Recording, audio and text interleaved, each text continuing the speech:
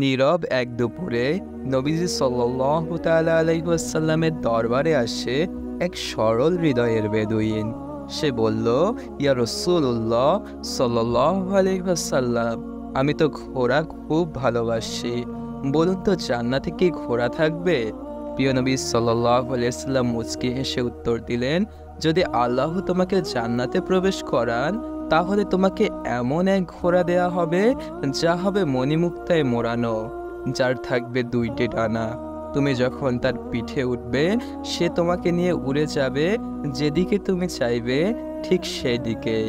সুবহানাল্লাহ, কি অপূর্ব প্রতিদান!